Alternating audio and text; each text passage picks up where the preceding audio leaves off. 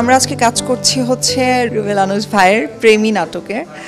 এখানে আমার সাথে কো আর্টিস্ট হিসেবে আছেন মুশফিকার ফারহান ভাই, এবং আমি আজকে 4 দিন ধরে কাজ করছি এখানে। উত্তরাতে আমাদের শুটিং হয়েছে, বিভিন্ন লোকেশনে কাজ করেছি। নাটকের ডিটেল তো আসলে বলা পসিবল না, তাহলে আসলে স্টোরিটা রিভিল হয়ে যাবে, বাট নাম থেকেই বোঝা যাচ্ছে যে খুব সুন্দর একটা প্রেমের গল্প। ফারহান ভাইয়ের সাথে আমার অলমোস্ট তো প্রায় 8-9টা কাজ করা হয়ে গেছে, যেগুলো কিছু রিলিজ হবে, কিছু রিলিজ হয়ে গেছে। কাজের অভিজ্ঞতা যদি বলি, আমি অনেকবার অনেক ইন্টারভিউতেই বলেছি, মানে অনেক অনেক অসাধারণ।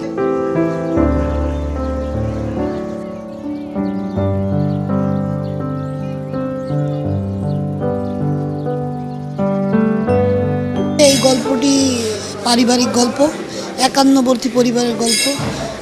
এখনকার সময়ে আমরা মানে পরিবার কেন্দ্রিক যে গল্পগুলো, আমাদের পরিবারের মধ্যে যে ঘটনাগুলো ঘটে, এইগুলো বেস করে কোনো কাহিনী দেখি না, খুব কমই দেখি। তা আমি চেষ্টা করছি আমাদের পরিবারের যে গল্পগুলো ওইগুলো আবার তুলে আনার, এবং চাইছি সেই কাজগুলো হোক।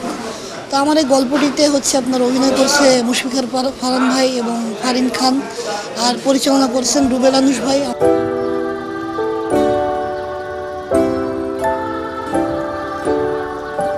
আজকে নাটকের নাম হচ্ছে কাজের মেয়ে গায়ে হলুদ।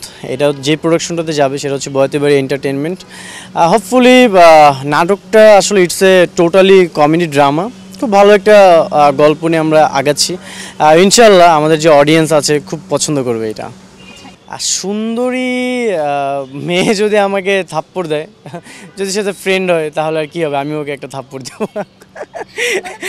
I am just kidding. মেয়ে মানুষ আসলে খুব স্নিগ্ধ হয়, তাদেরকে কখনো থাপ্পড় দেওয়া উচিত না। দর্শকদের তাদের প্রতি খুব আশা থাকবে, তারা যেন আমাদের কাজ দেখে অ্যান্ড আমার ফ্যামিলির জন্য যেন দোয়া করে। আমার চরিত্র এই নাটকে হচ্ছে কলি, একটা কাজের মেয়ে, তার উপরে পুরা গল্প। লাইক মেন স্টোরি কাজের মেয়ে নিয়ে না, এটা দর্শক গল্পটা দেখলে হয়তো বা বুঝতে পারবে।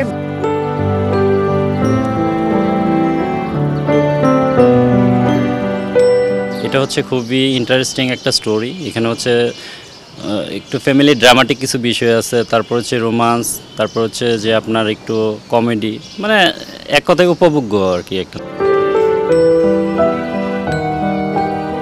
দারুণ একটি গল্প, 2টি পরিবারের গল্প। তো আমি মামা চরিত্র অভিনয় করছি। আচ্ছা, এর মধ্যে গল্পটা পুরোটা বলছি না, আপনারা দেখলে বুঝতে পারবেন।